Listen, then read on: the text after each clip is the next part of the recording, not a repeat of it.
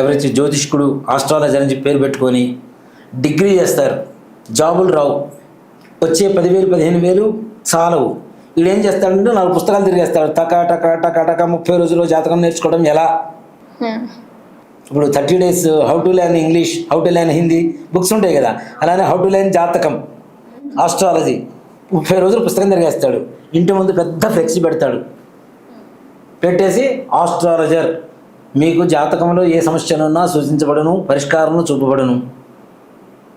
అయిపోయి వాడు చెప్పేది ఎట్లుంటుంది ఆఫ్ నాలెడ్జ్ గాడు, అవునా?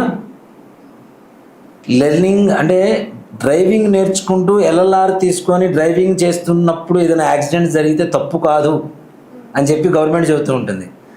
దాన్ని లాంటిది అడ్డం పెట్టుకొని మేము ఇంతే నేర్చుకున్నాం, మాకు తెలిసినంతలో మేము కరెక్ట్గానే చెప్పామని చెప్తే అది కరెక్ట్ కాదు కదా. అసలు పూర్తిగా తెలియదు నువ్వు ఎందుకు చెబుతున్నావు, అది మా వాళ్ళ తప్పని కూడా చెప్తాను.